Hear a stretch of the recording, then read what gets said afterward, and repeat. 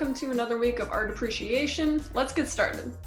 So today we're going to talk about some postmodern attitudes, such as challenging the art world, postmodern terms, such as simulacrum, and postmodern themes, such as confronting the gaze.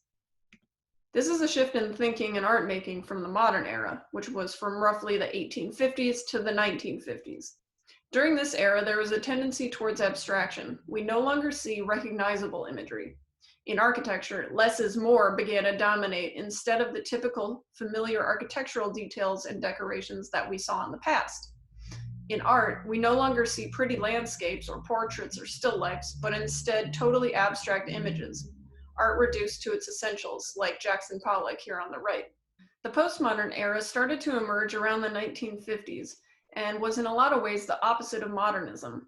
Instead of less is more, they believed less is a bore, and went the other direction. Here, they returned to recognizable imagery, but pushed it to the extreme.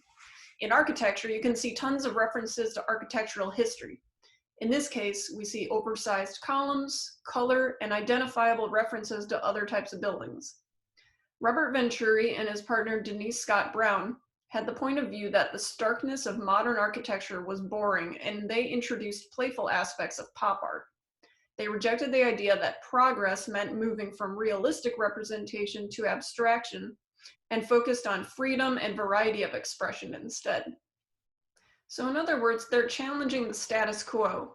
They're going against that dominant abstract kind of style and saying, no, we can make references to things that people are familiar with, and we can challenge the popular and dominant style of the time. Another group that challenges the predominant style of the time was the Guerrilla Girls. And they're our first of a number of postmodern attitudes, which is challenging the art world. Some of their main complaints came from the focus on money and discrimination against women and people of color in the art world.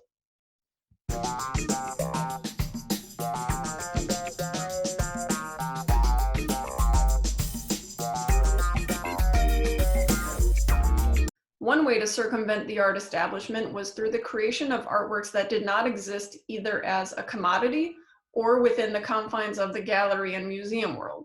Creation of earthworks like the spiral jetty here were too large to be housed in museums. Barbara Kruger's work was placed on billboards, buses, and other places for people who could not visit a museum. Married couple Christo and Jean-Claude created self-funded, monumental, site-specific installations by circumventing the gallery and selling preparatory materials like drawings or models.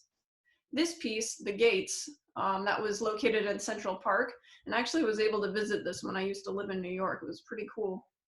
It was originally conceived in 1979, but it took several decades to get the funding necessary and the permissions to create these 7,500 arches that covered 23 miles of the park. It was along the walkways of the park, so as you're walking through, it would frame your view using this really bright colored orange fabric. Another one of the postmodern attitudes we'll talk about is collapsing the boundary between high and low art. High art refers to the tradition of art, oil on canvas, marble and bronze sculpture, and so on. Low art refers to pop culture, mass-produced items, and everyday life. So what challenges the idea of high and low art more than making bronze beer cans?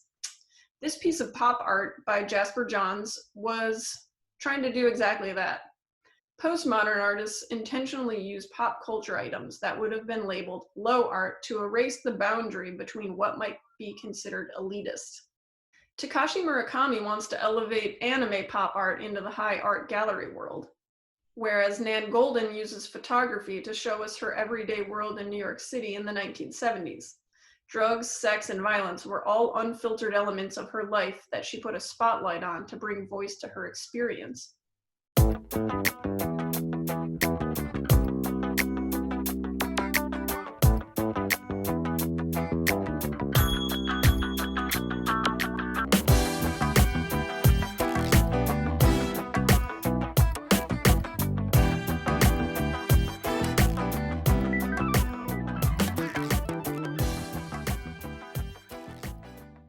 Andy Warhol was another artist who combined high and low forms of art. The subject matter, soup cans in this case, is a form of low art because it's mass produced, it's an everyday item. But here he's elevating it by painting the image on canvas and presenting it in an art gallery. Another postmodern attitude is rejecting originality and individual genius.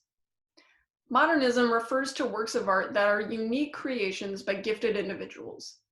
Postmodernists do not value genius or originality. Instead, they suggest that a work of art relies on us, the viewer, to participate in finding meaning through the work of art.